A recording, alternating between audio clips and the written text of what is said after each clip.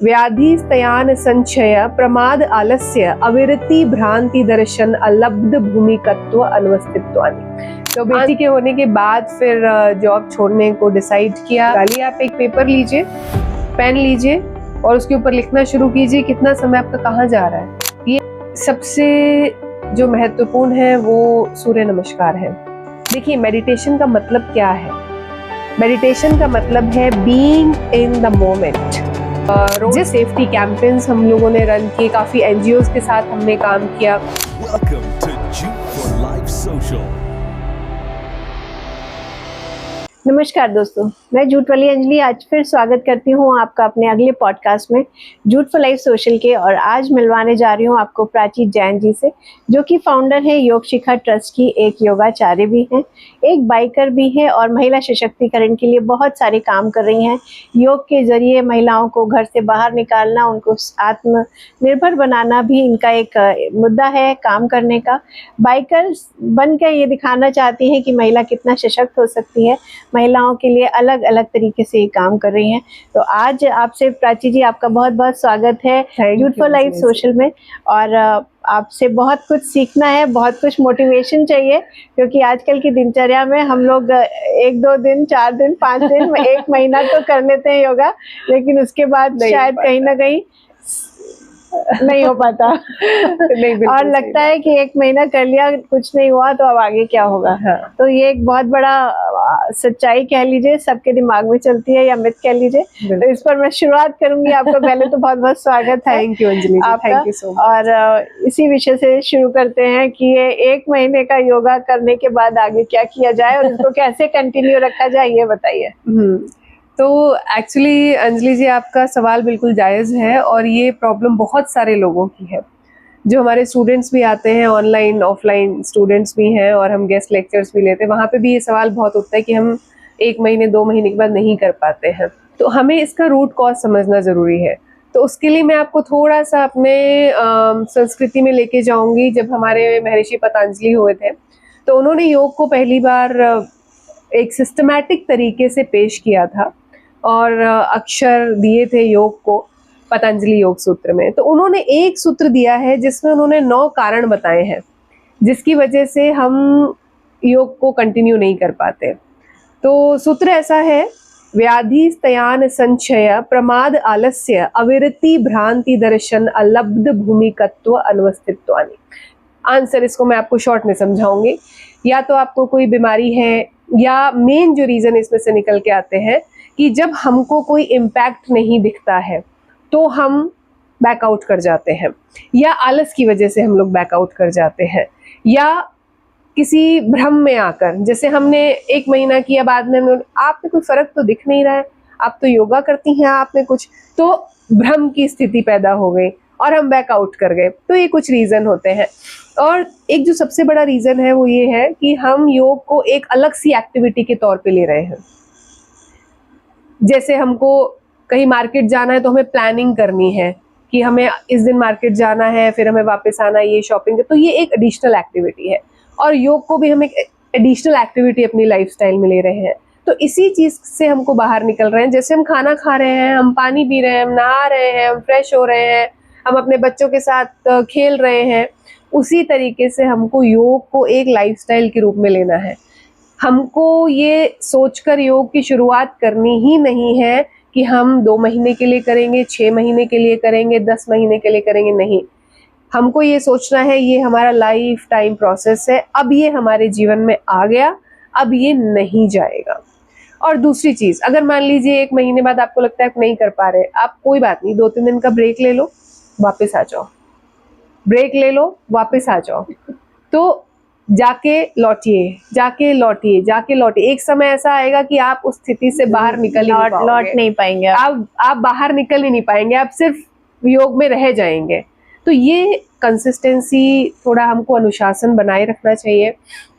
थोड़ा मुश्किल काम जरूर है, मैं ये नहीं बोलूंगी कि बहुत आसान काम है, क्योंकि किसी भी आदत को जब आप डेवलप करते हो, किसी भी आदत को, सपोज आपने बोला मुझे चाय छोड़नी है, तो आप चाय इतनी आसानी से नहीं छोड़ पाओगे। मुझे मीठा छोड़ना है, आप मीठा इतनी आसानी से नहीं छोड़ पाओगे।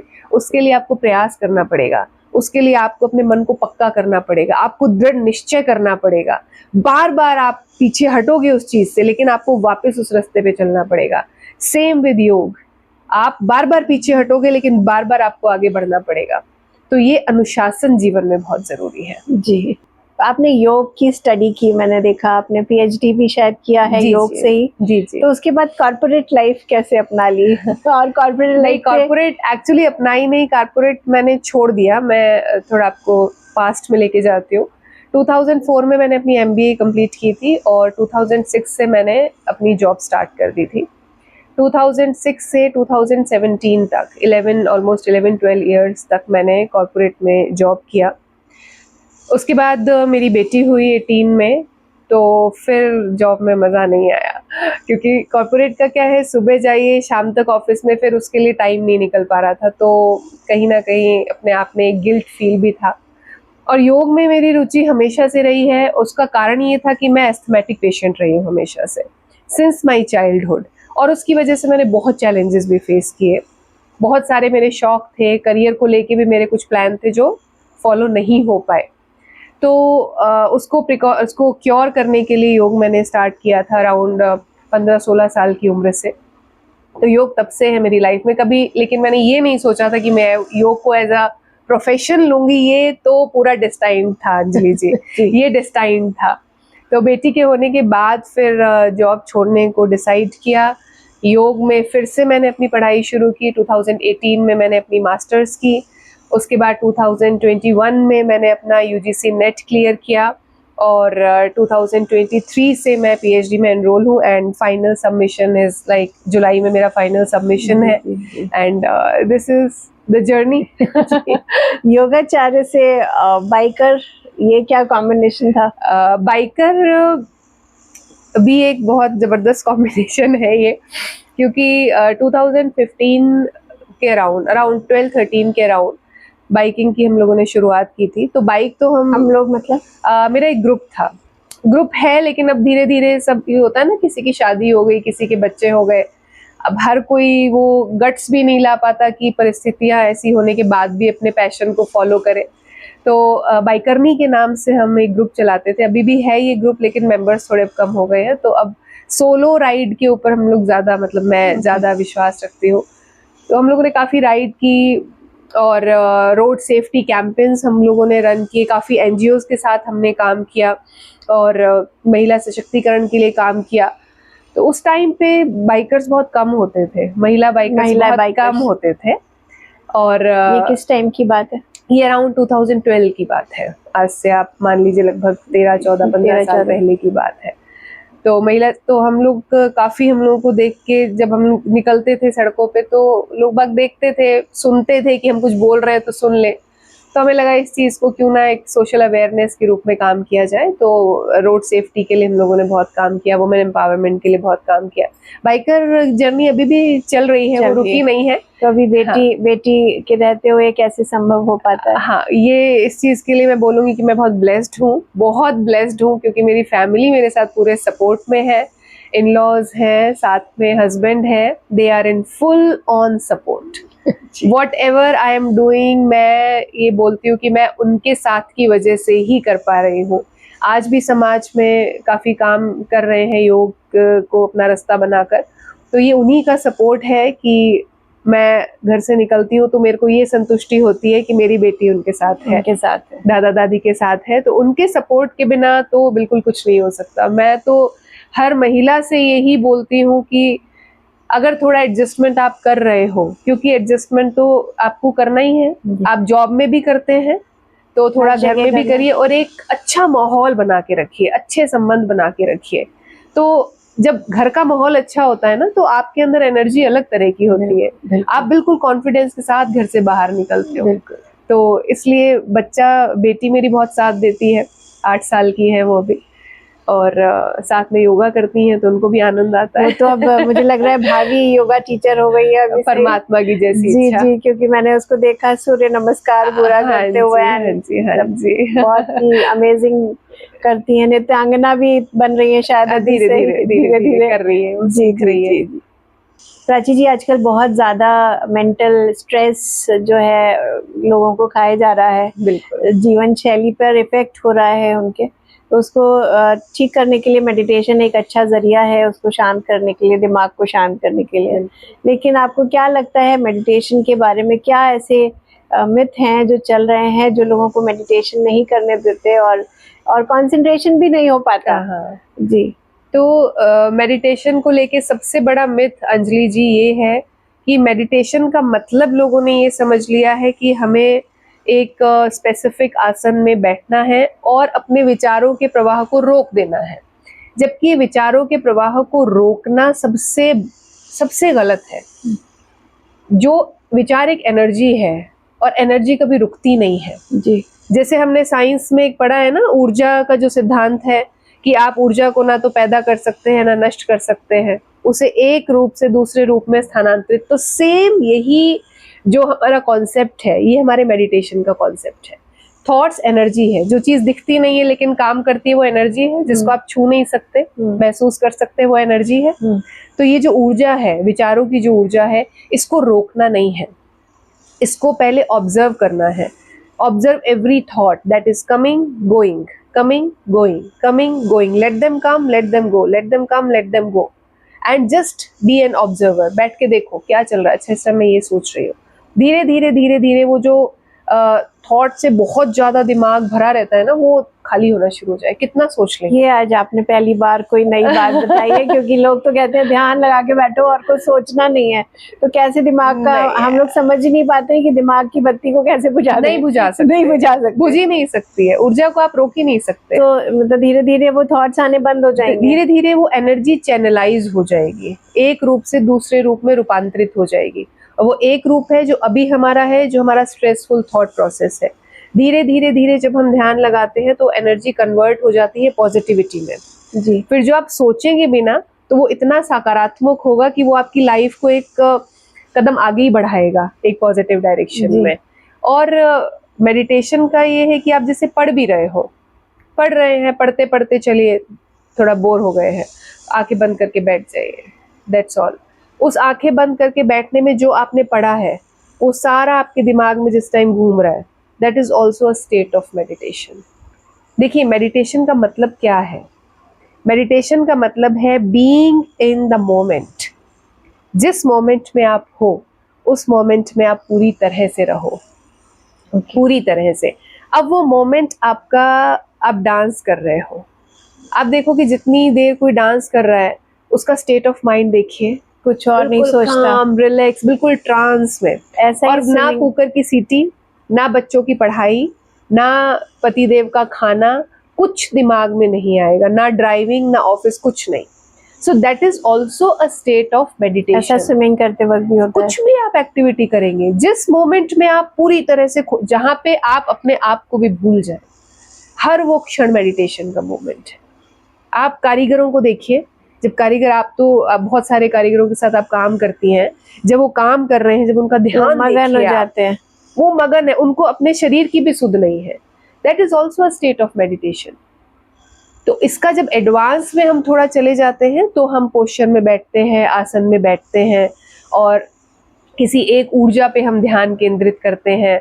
वो साकार रूप परमात्मा का भी हो सकता है, वो निराकार रूप भी हो सकता है। बट जैसे हम लोग बिगिनर्स हैं, है ना, अभी हम उस लेवल पे जाना हमारे लिए थोड़ा मुश्किल है कि हम किसी निराकार को ध्यान में रखें। तो हम जो काम कर रहे हैं, भगवत गीता में भी तो भगवान यही बोलते हैं, योगा कर्मसु कौशलम। जो भी काम आप कर रहे हो उसको बिल्कुल कुशलता के साथ, अच्छी नीयत के साथ और ईमानदारी के साथ करिए। That is also a state of meditation. Very nice. बहुत अच्छी जानकारी दी आज आपने मेडिटेशन के लिए, मेरे लिए पहली बार मिली, क्योंकि हमेशा लोग कहते थे कि ध्यान एकदम ध्यान मग्न हो जाओ, कुछ मत सोचो, तो वो हो नहीं पाता था। तो ये बताइए कि योगा को लेके बहुत सारी भ्रांतियां हैं लोगों में जी। कि मोटे हैं तो नहीं करेंगे, पतले हैं तो जरूरत नहीं है जी। तो कैसे चीजों को लोगों को समझाया जाए, कैसे अवेयरनेस क्रिएट की जाए कि योगा ही जीवन है और उसको अपनाना ही शायद हमारे लिए सही है आगे आने वाले जीवन, जो आजकल परिस्थितियां चल रही हैं, एनवायरनमेंट है, खान पान है, तो कैसे चीज़ों को सही करने के लिए कैसे प्रेरित किया जाए? योग को लोग इसलिए ऐसा मानते हैं कि हम योग नहीं कर सकते क्योंकि योग को हम सिर्फ आसन के रूप में देख रहे हैं। आज आप इंस्टाग्राम खोल के देखिए, आज आप फेसबुक खोल के देखिए, यूट्यूब खोल के देखिए, तो मैक्सिमम चैनल्स पे आपको दिखेगा कोई हाथ यहाँ से निकला हुआ, पैर वहाँ से निकला हुआ, कोई बिल्कुल सिर नीचे पैर ऊपर एंड योगा आसन। आधा डर तो हमको वो देख के बैठ जाता है मन में कि भाई हम तो ये नहीं कर सकते, मतलब हम योग नहीं कर सकते, ठीक है। तो योग को सिर्फ आसन मान लेना, और आसन भी कौन से, बिल्कुल एकदम जबरदस्त वाले एडवांस पोस्चर मान लेना, वो सबसे बड़ी भ्रांति है। अच्छा, योग सिर्फ आसन थोड़ी ना है। पतंजलि ने योग के 8 अंग बताए हैं, दैट इज यम, नियम, आसन, जो तीसरे नंबर पे आता है, प्राणायाम, धारणा, ध्यान, समाधि। तो आपकी जो योग की शुरुआत हो जाती है ना, वो यम से, और यम हमारे होते हैं 5, सत्य, अहिंसा, ब्रह्मचर्य, अस्तेय, अपरिग्रह। यानी जिस मोमेंट आपने ये निश्चय कर लिया कि मैं सच का साथ दूं, आप उस क्षण योग में आप जा चुके हैं। जिस टाइम आपने ये निश्चय कर लिया कि दूसरों के साथ और अपने साथ मैं हिंसा का भाव नहीं रखूंगी, और हिंसा क्या है, अगर आपने किसी को गलत बात अपनी जबान से बोल दी, आपने उस पर हिंसा करी, आपके मन की शांति भंग हुई, आपने अपने ऊपर हिंसा की। तो जिस क्षण आपने ये सोच लिया कि मैं अपने वाणी व्यवहार से किसी की हिंसा नहीं करूंगी, उस टाइम आप योग में एंटर कर चुके हैं। तो इन छोटी छोटी चीजों से शुरुआत होती है। आसन इंपॉर्टेंट पार्ट है, क्योंकि अगर आप शांति खोज रहे हो योग के द्वारा, तो आपको शुरुआत तो शरीर से करनी पड़ेगी। शरीर साधन है, इसको साधना पड़ेगा। अब गलती ये हो जाती है कि हम तो बहुत मोटे हैं, हम नहीं कर पाएंगे, हम बहुत पतले हैं, हमें ज़रूरत नहीं है, जैसा आपने बोला, हम फ्लेक्सिबल नहीं हैं, हम तो इतना सा भी नहीं झुक पाते, हम तो योग नहीं कर पाएंगे, ठीक है। मेरे पास टाइम नहीं है, सबसे बड़ा, मेरे पास टाइम नहीं है, मैं तो योग नहीं कर पाऊंगा या पाऊंगी। तो मैं जो भी हमारे यहाँ पे लिसनर्स हैं, व्यूअर्स हैं, सबको मैं बोलती हूँ, ये सब मिथ्स हैं। आप कितने भी मोटे हैं, कितने भी पतले हैं, कितने भी बिजी हैं, कितने भी रिजिड हैं, कुछ भी हैं, आप योग कर सकते हो। थोड़ा इसके वाइड स्वरूप को समझने की ज़रूरत है, और उसके लिए मैं बोलूँगी हमेशा seek a guidance of a teacher. बिना टीचर के आप कभी योग की शुरुआत मत कीजिए, नहीं तो कहीं ना कहीं अधर में आप लटक के रह जाएंगे, ना इधर पहुंच पाएंगे ना उधर पहुंच पाएंगे। तो सीक गाइडेंस, और आधे योगा करते वक्त शवासन में आके सो जाएंगे। हाँ, शवासन वैसे लोगों ने थोड़ा इसको ले रखा है लाइटली, बट अगर आप मेंटल पर्सपेक्टिव से देखें तो shavasana is not an easy आसन। शवासन में भी आपको अपने दिमाग को जितना शांत करना है, मेडिटेशन जितना, वो आसान नहीं होता है। शवासन को हम सिर्फ ले लेते हैं कि शरीर आराम में है बस, है ना। तो ये है, तो टीचर की गाइडेंस में आप करिए। ये गारंटी है कि अगर आप किसी सही टीचर के साथ करते हो, वो आपको योग करवा देंगे जी। जो एक्सपीरियंस्ड है वो आपको योग करवा देंगे।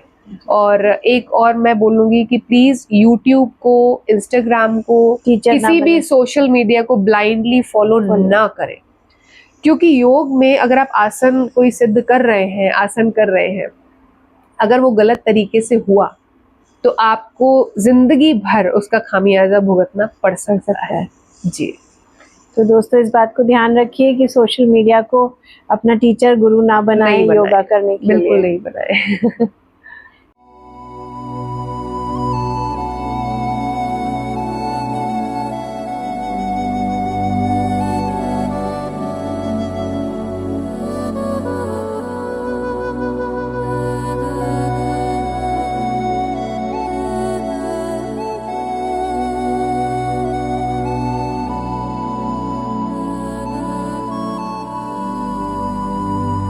प्राची जी, मैं कुछ आपसे क्वेश्चंस पूछना चाहूंगी जो कि मुझे लगता है आपके आंसर्स लोगों को प्रेरित कर सकते हैं। कि आपके लिए पहला क्वेश्चन है, आपके लिए शांति का क्या मतलब है?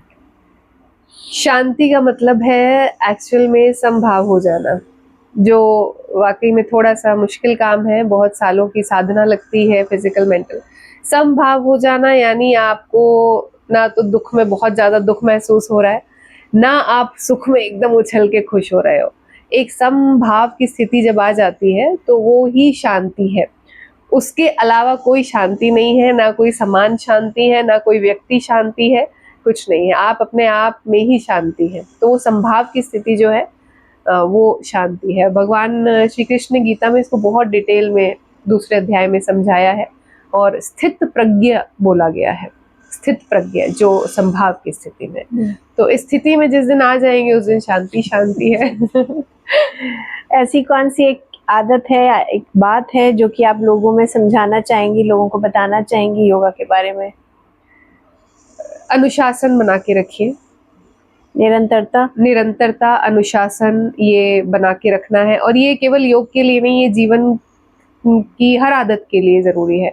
और पीछे मत हटिए, कैसी भी परिस्थितियां आए, दृढ़ विश्वास रखिए, दृढ़ इच्छा शक्ति रखिए, अनुशासन बना के रखिए, निरंतरता बना के रखिए और चलते रहिए। आज सफलता नहीं मिलेगी, 2 महीने में नहीं मिलेगी, 6 महीने में, साल भर में आपको सफलता मिल जाएगी। जो उद्देश्य आपने अपने लिए सेट किया है उसमें आप जरूर कामयाब होंगे। बहुत सुंदर। आपके लिए क्या ज्यादा इम्पोर्टेंट है, डिसिप्लिन या मोटिवेशन? डिसिप्लिन बहुत जरूरी है। अगर आपके अंदर डिसिप्लिन नहीं है, आप मोटिवेशन लेते रहिए, कोई फायदा नहीं होने वाला। मोटिवेशन हम सबको पता है कि सुबह 5 बजे उठना चाहिए। ये मोटिवेशन तो बहुत जगह से मिलता है ना? सही। लेकिन कितने लोग उठ पाते हैं? क्योंकि डिसिप्लिन नहीं है। तो डिसिप्लिन इज वेरी इंपॉर्टेंट, बहुत इंपॉर्टेंट है। आपके लिए सक्सेस क्या है? सक्सेस की परिभाषा सबकी अलग अलग है। Success is a relative term, success absolute term नहीं है। जब मेरी बच्ची 1 साल की हुई तो जब उसने पहला कदम उठाया, मेरे लिए सबसे बड़ी सफलता वो थी। जब उसने पहली बार पेंसिल उठा के एक लाइन खींची, मेरे लिए सबसे बड़ी सफलता वो थी। तो सफलता के मायने अलग अलग हैं, तो आपको अपने मायने ढूंढने हैं। और सबसे इम्पोर्टेंट बात यह है कि कभी कंपैरिजन मत कीजिए, कभी कंपैरिजन मत कीजिए। आपके लिए सफलता की परिभाषा अलग हो सकती है, मेरे लिए अलग है, किसी और के लिए अलग हो सकती है। जहां आपने कंपेयर कर लिया वहां आप सबसे बड़ी असफलता के रास्ते पे बढ़ गए। तो नो कंपैरिजन, अपनी परिभाषाएं खुद ढूंढिए। बहुत सुंदर। आपके लिए डर क्या है? मेरे लिए डर है इस शरीर का बीमार हो जाना और शारीरिक रूप से किसी और के ऊपर डिपेंडेंट हो जाना। ये हम सबके लिए सबसे बड़ा डर होना चाहिए। और ये डर रियल ना हो जाए, इसके लिए हमें प्रयास करने चाहिए। इस शरीर के लिए काम कीजिए, मानसिक स्वास्थ्य के लिए काम कीजिए, आध्यात्मिक स्वास्थ्य के लिए काम कीजिए, अपने सामाजिक स्वास्थ्य के लिए काम कीजिए। WHO ने जब स्वास्थ्य की डेफिनेशन दी है तो उन्होंने 4 पिलर ये बताए हैं: शारीरिक स्वास्थ्य, मानसिक स्वास्थ्य, आध्यात्मिक स्वास्थ्य और सामाजिक स्वास्थ्य। तो इन चारों पिलर को साथ लेके चलिए। तो ये जो डर है, और वाकई में देखिए, जब तक आपके हाथ पैर चल रहे हैं तब तक बढ़िया है। सही बात। जिस दिन आपको पानी का गिलास किसी और से मांगना पड़ गया, समझ लीजिए कि आपका जो डर है वो डर होना चाहिए। वो नौबत ना आए, वो नौबत नहीं आनी चाहिए। एक सबसे महत्वपूर्ण योगा आप सबके लिए क्या एडवाइस करना चाहेंगे? सबसे जो महत्वपूर्ण है वो सूर्य नमस्कार है। सूर्य नमस्कार 12 आसन का एक सेट है। तो अगर आप कुछ भी नहीं कर रहे हैं तो सूर्य नमस्कार जरूर कर लीजिए। सूर्य नमस्कार में भी वेरिएशंस हैं। जैसे कुछ लोगों की घुटने दर्द होते हैं, कुछ लोगों के सर्वाइकल है तो कुछ आसन नहीं कर पाते हैं। तो देयर आर मल्टीपल वेरिएशंस। सो सबसे इम्पॉर्टेंट है, अगर आप कुछ भी नहीं कर रहे हो योग में, सिर्फ सूर्य नमस्कार कर लीजिए। That will be sufficient. कितनी बार शुरू करिए? 5 से, तो कम से कम 5-6 से शुरू करिए। शरीर को थोड़ा पता तो लगे कि कुछ हो रहा है शरीर में। सूर्य नमस्कार के भी अलग अलग वेरिएशंस हैं। तो जैसे किसी को घुटने का दर्द है, किसी को सर्वाइकल का पेन है, तो कुछ ऐसे जो हमारा नॉर्मल सूर्य नमस्कार होता है वो नहीं कर पाते, तो हमारे पास काफी सारे वेरिएशंस होते हैं। जैसे आप चेयर पे सूर्य नमस्कार कर सकते हैं बैठ के, या कुछ ऐसे आसन हम इंक्लूड करते हैं जो सब लोग कर पाए। तो सूर्य नमस्कार is a good set of postures that you can start with. सबसे इम्पोर्टेंट प्राणायाम क्या है सबके लिए, जो हर कोई कर सके, जो जरूरी है? सबसे ज़रूरी प्राणायाम आप भ्रामरी आप ले सकते हैं, भ्रामरी और अनुलोम विलोम। भ्रामरी और अनुलोम विलोम दोनों ऐसे प्राणायाम हैं जो आपके मन को शांत करते हैं, मस्तिष्क को शांत करते हैं, आपके गुस्से को शांत करते हैं। अगर आप शॉर्ट टेम्पर्ड हैं तो आपके टेम्परामेंट को मैनेज करते हैं। और आप चाहे हाई ब्लड प्रेशर में हो, आप वो आसन प्राणायाम कर सकते हो। तो वैसे तो बहुत सारे प्राणायाम हैं, बट भ्रामरी और अनुलोम विलोम ऐसे हैं जो हर कोई कर सकता है। इवन इफ अगर आप बीमार भी हैं तो भी आप बिस्तर पे बैठे बैठे कम से कम भ्रामरी, हम सब ने देखा है इस तरीके से हम कान को बंद करते हैं और बिना मुंह खोले हुए एक हमिंग साउंड को हम करते हैं। करके दिखा दीजिए। हाँ, तो भ्रामरी करने के लिए कोई भी आप मेडिटेशन या प्राणायाम कर रहे हैं, सबसे पहले ये ध्यान रखें कि अपनी रीढ़ की हड्डी को बिल्कुल सीधे रख के बैठना है, क्योंकि ये ऊर्जा का चैनल है हमारा।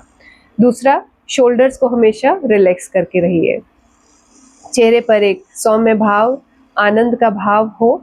और भ्रामरी के लिए अंगूठे से कान को अच्छे से बंद करेंगे, इतना कि आपको बाहर की आवाजें ना सुनाई दे। और बाकी अपने सेंस ऑर्गन्स को हल्का सा आँख को, नाक को, स्किन को मुंह के पास रखते हुए एक गहरी लंबी श्वास लेंगे और बिना मुंह को खोले हुए ओम का चैंटिंग करने की कोशिश करेंगे। So it will sound like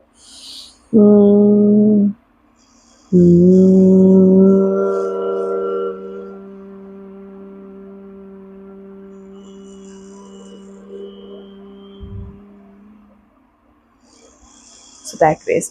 and फिर से मैं वही बोलूँगी कि बिना गुरु की मार्गदर्शन के ये भी ना करें, ये भी ना करें, क्योंकि बहुत माइन्यूट चीज़ें होती हैं, बहुत सटल चीज़ें होती हैं जो आपको एक टीचर ही बता सकते हैं। प्राची जी, ये योग जो है ये बेसिकली माइंड के लिए है या पूरी बॉडी के लिए काम करता है? ये आपकी बॉडी के लिए भी है, ये आपके माइंड के लिए भी है, और ये आपके अध्यात्म आपके अंदर पैदा करने के लिए भी है। तो जैसा मैंने बताया, भगवान ने हमें इस शरीर के रूप में भेजा है, तो इस शरीर को साधना बहुत ज़रूरी है। तो आसन के माध्यम से शरीर को साधिए, श्वास के माध्यम से अपने मस्तिष्क को हमें साधना है प्राणायाम के, और मेडिटेशन के माध्यम से हमें अपने आध्यात्मिक एस्पेक्ट को डेवलप करना है। क्योंकि जब आप इन्हीं क्षेत्रों में, इन्हीं आयामों में अपने आप को डेवलप करेंगे, तब आपका जीवन वाकई में बहुत सुंदर हो जाएगा। क्योंकि योग ऐसी चीज है ना जो आपको सिर्फ हेल्दी नहीं बना रही है, ये आपके पूरे व्यक्तित्व को बदल के रख देगी। आप रेगुलर योगा करिए, आप एक मैग्नेट बन जाएंगे। हाँ, मैग्नेट भी बन जाएंगे। और एक अजीब सा जो सुकून है ना, तो वो सुकून को, ऐसी चीजें जो आप बयान नहीं कर सकते। कुछ चीजें ऐसी हैं जिनको सिर्फ महसूस किया जा सकता है। तो वो आपके चेहरे पे हम लोग साफ साफ देख सकते हैं। वो जब आप लंबे टाइम तक योग करते हैं तो इस चीज को आप महसूस कर पाते हैं। बहुत सुंदर। मेडिटेशन हमें शांति से में करना चाहिए या म्यूजिक के साथ करना चाहिए? वैसे अगर शांति से करा जाए तो ज्यादा अच्छा है। अच्छा। लेकिन अगर म्यूजिक के साथ भी आप कर रहे हैं, जैसे हमने बोला ना कि हम लोगों का टेम्परामेंट, हम ऐसा नहीं होता कि हम बहुत गहरा ध्यान अभी बिगिनर स्टेज में लगा पाए, तो हल्का म्यूजिक चलने दीजिए, हल्का सा ऐसा म्यूजिक जो, क्योंकि music has its own power. Music भी एक साउंड है, एनर्जी है, इसकी अपनी ताकत है। लेकिन वो म्यूजिक ऐसा होना चाहिए जो अंदर तक उतर के आपको शांति दे। धूम धाड़ धाड़ हनी सिंह नहीं सुनना है मेडिटेशन करते टाइम। जी, तो बहुत सुंदर और बहुत अच्छी जानकारी आप दे रही हैं मेरे ख्याल से ऑडियंस को। तो एक ऐसा भ्रम जो लोगों का आप तोड़ना चाहेंगे योगा के लिए? समय नहीं है, ये सबसे बड़ा भ्रम है। हाँ। समय नहीं है। 5 मिनट 10 मिनट आप निकाल सकते हो। आप इसका मैं आपको प्रैक्टिकल भी एक बता सकती हूँ कि कैसे आप अपना समय निकालिए। आप एक पेपर लीजिए, पेन लीजिए और उसके ऊपर लिखना शुरू कीजिए कितना समय आपका कहाँ जा रहा है। ये टाइम मैनेजमेंट की टिप भी है, कितना समय आपका कहाँ जा रहा है। आपका भ्रम टूट जाएगा वो पेपर देख के कि मेरे पास समय नहीं है, समय नहीं है, वो भ्रम आपका टूट जाएगा। सबके पास दिन में 15 मिनट का समय फ्री निकल आएगा 100%। एंड मैं इसको लिख के दे सकती हूँ। लिख के, जो भी ये बोलते हैं मेरे पास समय नहीं, एक बार मेरे से कांटेक्ट करना, मैं आप ही के दिन में से आपको समय निकाल के दिखा देंगे। क्योंकि जब हम यूजीसी नेट की तैयारी कर रहे थे ना, तो उस टाइम पे भी ये था, कुछ बच्चे बोलते थे हमारे पास समय नहीं है, तो हाँ, हमारे टीचर हमेशा यही बोलते थे कि आप अपना रूटीन लिख के दीजिए, इसी में से हम आपको समय निकाल के दिखा देंगे। और वो वाकई में हुआ। 2021 में तो मेरी बेटी 3-4 साल की थी, तो उसको संभालते संभालते यूजीसी नेट की तैयारी करना, और सिर्फ 5 महीने में अपने फर्स्ट अटेम्प्ट में मैंने यूजीसी क्लियर किया था। एंड पूरे इंडिया में, हालांकि यूजीसी रैंक डिस्क्लोज नहीं करती है, बट जो हमें पता लगा था that was my 9th rank all over India में था। तो 5 महीने में यूजीसी निकाल लिया था। तो मैं तो ये बोलती हूँ, योग करने के लिए आप 15 मिनट दिन में आराम से निकाल लोगे। नहीं निकले तो मुझे बता दीजिएगा, मैं निकाल के दे दूंगी पक्का। जी जरूर, ये बात को ध्यान रखा जाए। और मेरे ख्याल से डायरी मैनेजमेंट, टाइम मैनेजमेंट पे हम लोगों को बहुत विशेष ध्यान रखने की जरूरत है। सच में हम नहीं जानते हम क्या करते हैं और दिन भर हम व्यस्त रहते हैं। क्योंकि आप अगर ये सोचेंगे ना कि अगर मैंने आज 15-20 मिनट, आधा घंटा नहीं निकाला अपने शरीर पे काम करने के लिए, भविष्य में मुझे कितना टाइम बिस्तर पे लेट के वेस्ट करना पड़ेगा, डॉक्टर्स की लाइन में लग के वेस्ट करना पड़ेगा। तो आप वो समय याद कर लो, तो अपने आप मोटिवेशन आ जाएगा, सेल्फ मोटिवेट अपने आप आधा घंटा के 1 घंटा में निकल जाएगा। एक मैजिकल टिप आपसे सुनना चाहेंगे मैनेजिंग स्ट्रेस के लिए। स्ट्रेस को कैसे लोग मैनेज करें, उसके लिए अपना रूटीन मेंटेन कीजिए। आधा स्ट्रेस हमारा इस वजह से होता है क्योंकि हमारा रूटीन जो है वो बहुत गड़बड़ है।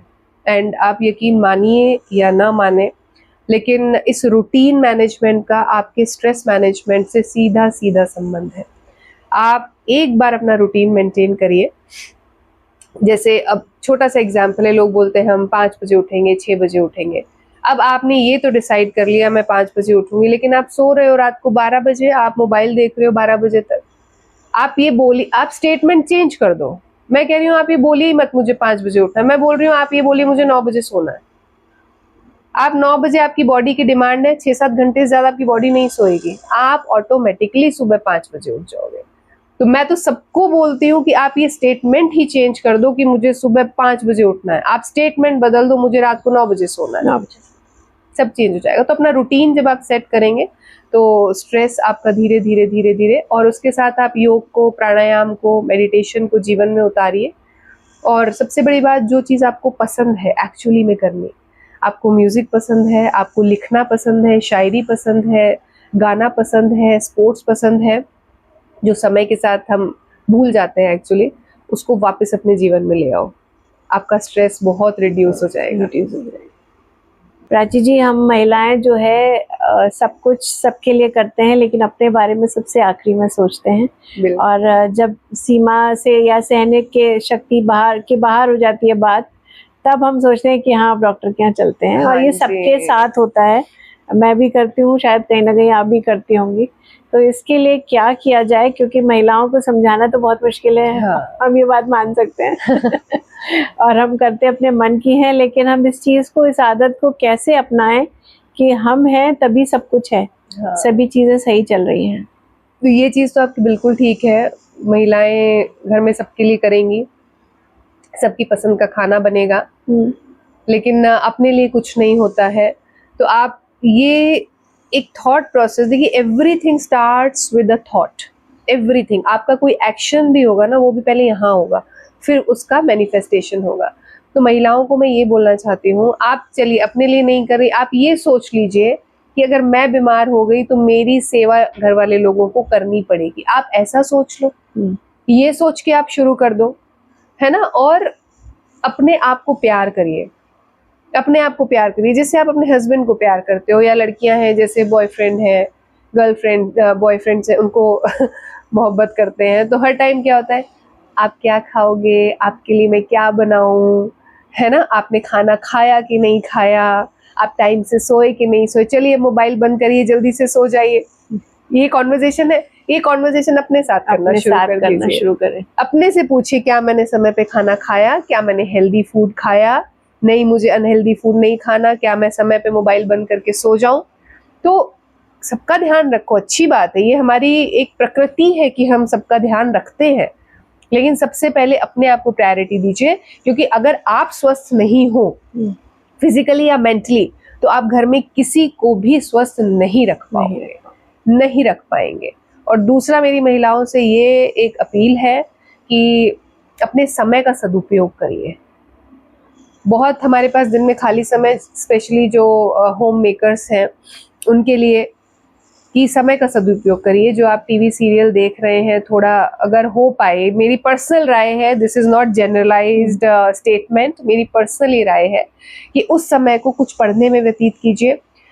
हर एक व्यक्ति के अंदर एक स्किल जरूर, ये बात मैं अपने हर पॉडकास्ट में बोलती हूँ, अपनी हर स्पीच में बोलती हूँ, हर व्यक्ति के पास एक स्किल जरूर है। हर महिला के पास, या तो खाना बहुत अच्छा बनाती है, वो डांस बहुत अच्छा करती हैं, गाती बहुत अच्छा है, कोई ना कोई गेम बहुत अच्छा खेलती हैं, और not on tab and mobile but sports. उस स्किल को डेवलप करिए, उस खाली समय में उस स्किल को डेवलप करिए, और उस स्किल को डेवलप करके उस स्किल को मोनेटाइज करिए। और सोशल मीडिया बहुत अच्छा साधन है, बजाय आप रील देखो या ऐसी रील डालो जो मीनिंगलेस है, उससे अच्छा आप कुछ ऐसा डालिए जो आपकी कला है। इसी के लिए हमारा भी पिछला पॉडकास्ट एआई के लिए हुआ था जी, और एआई से हम लोग लाखों कमाने का जरिया बता रहे हैं, तो काफी लोगों ने उसको लाइक किया, उससे सीखा भी और जी, जी, संपर्क बिल्कुल, भी किया। तो मेरे ख्याल से वो एक अच्छा माध्यम भी है। और आजकल तो आप, मुझे लगता है जो कर रहे हो आप उसको पोस्ट करिए, जहाँ तक आप सामर्थ्य है, जब तक आप कर सकते हैं, जो आपको अच्छा लगे।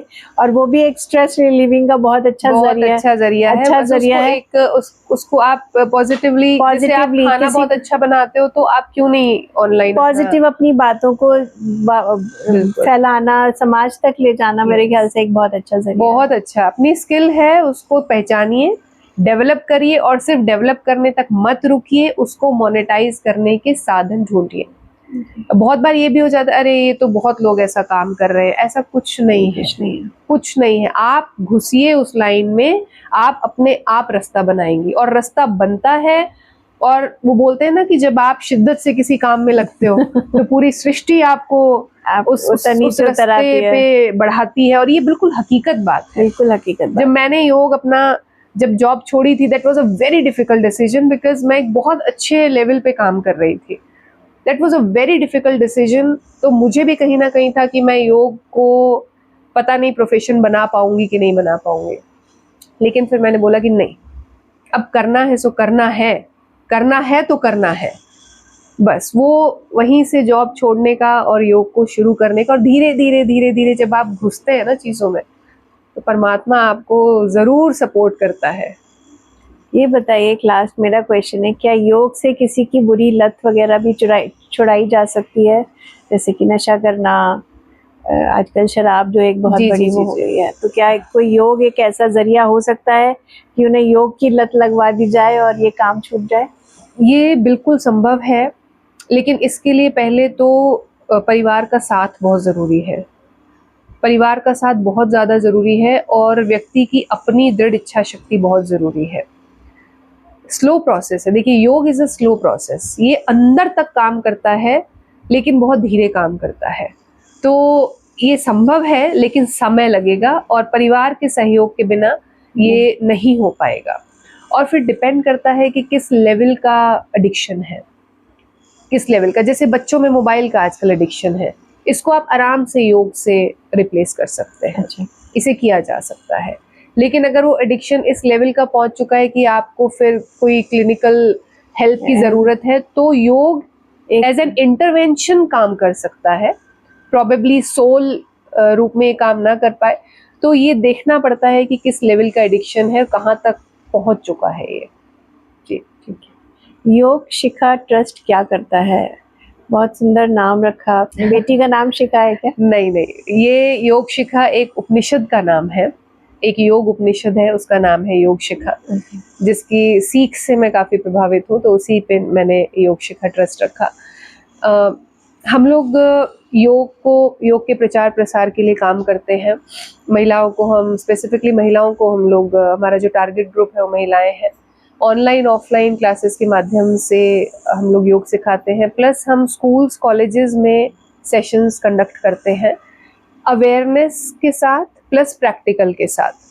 और एक जो इम्पोर्टेंट काम हम लोग कर रहे हैं जो मेरे दिल के काफ़ी करीब है, जो महिलाएं कभी घर से निकली नहीं है, जैसे मेरे भी ग्रुप हैं जिनको मैं योगा सिखाती हूँ, तो बहुत सारी ऐसी लेडीज़ हैं जो कभी घर से नहीं निकली। योग के ज़रिए उन लोगों में इतना आत्मविश्वास पैदा हुआ कि हम लोगों ने इतनी परफॉर्मेंसेस अलग अलग प्लेटफॉर्म पे, अवध महोत्सव होता है, लखनऊ महोत्सव होता है, तो वहाँ हमारी ग्रुप परफॉर्मेंसेस होती हैं योगा की, प्लस हमारे स्कूल कॉलेजेस में हमारे ग्रुप जाके परफॉर्म करते हैं। और इसके साथ साथ जो आजकल जैसे योग आसन के चैंपियनशिप्स बहुत होते हैं जी। बहुत कंपटीशन होने लगे, तो हमारी जो महिलाएं हैं उन कंपटीशन में पार्टिसिपेट करती हैं। हम लोग अयोध्या पार्टिसिपेट करके आए और हमारी टीम जीत के आई अबव 40 कैटेगरी में। हम लोग कानपुर गए, हमने कानपुर में चैंपियनशिप जीती, लखनऊ में हम लोगों ने चैंपियनशिप जीती, हम दिल्ली में चैंपियनशिप जीत के आए हैं। तो ऐसी महिलाएं जो कभी घर से निकली नहीं थी, उनको योग के द्वारा इतना सशक्त होते देखना और तो घर से योग से निकलना, क्या वो पतले हो गए या कैसे कॉन्फिडेंस आया? कॉन्फिडेंस ये आया, एक तो अंदर से जब आप हेल्दी होते हो। योग देखिए, पतला होना नहीं होना that is a secondary thought, क्योंकि मोटा पतला हेल्दी होने की बिल्कुल कोई डेफिनेशन नहीं है। This is again a myth कि मोटा है तो अनहेल्दी, पतला है तो हेल्दी, तो ऐसा कुछ नहीं है। कॉन्फिडेंस प्लस अपॉर्चुनिटी, जब आपको ये लगता है ना कि हाँ आप ये काम अच्छे से कर रहे हो, प्लस आपको प्लेटफॉर्म मिलता है, प्लस आपको मोटिवेशन मिलता है। तो शुरू के 1-2 जगह ले जाना मेरे लिए बहुत बड़ा चैलेंज था। उनके घर वालों से बात करना, कन्विंस करना, मैं पर्सनली सबके हस्बैंड से मिली, बच्चों से मिली, उनको समझाया कि आप इन्हें मौका दीजिए, they are doing really good in yogasana. तो वो जो इनिशियल स्टेप था वो बड़ा मुश्किल था, बट धीरे धीरे जब वो निकली बाहर, जीत के अपनी ट्रॉफी, अपना सर्टिफिकेट, अपना मेडल जब घर पे लेके गई, जब न्यूज़पेपर में भी उन्होंने देखा कि हाँ मेरी मम्मी का नाम आया है या मेरी वाइफ आज कुछ जीत के लाई है। क्या परफॉर्म करते हैं? हम लोग योगासना आसन होते हैं, तो ये चैंपियनशिप्स केवल आसन की चैंपियनशिप्स होती हैं। ओके। तो इसमें एडवांस लेवल पोस्चर्स होता है कि कितना एडवांस हम कर पाए, कितनी देर हम होल्ड कर पाए, कितना सहज भाव से हम आसन कर पाए। तो championships are all about yoga aasan. Okay जी, वेरी गुड। बहुत अच्छा लगा आज आपसे बात करके। और प्राची जी, एक आखिरी संदेश अपने दर्शकों के लिए चाहूंगी कि कुछ आप योग पे दें उनको, कि कैसे वो अपनी जीवन शैली को बेहतर बना सकते हैं अगर योग की शरण में आते हैं तो। जीवन का एक असूल बना लीजिए, खुश हैं योग करना है, स्ट्रेस है योग करना है, टेंशन है योग करना है, बाहर घूमने गए हैं योग करना है, घर पे गेस्ट आए हैं योग करना है, घर पे शादी है योग करना है, हमें कहीं बाहर जाना है योग करना है। योग करना है बस, कैसी भी परिस्थिति हो, कैसा भी माहौल हो, योग करना है। ये अपना जीवन का मूल मंत्र बना लीजिए, सब चीजें अपने आप सेटल डाउन होती जाएंगी।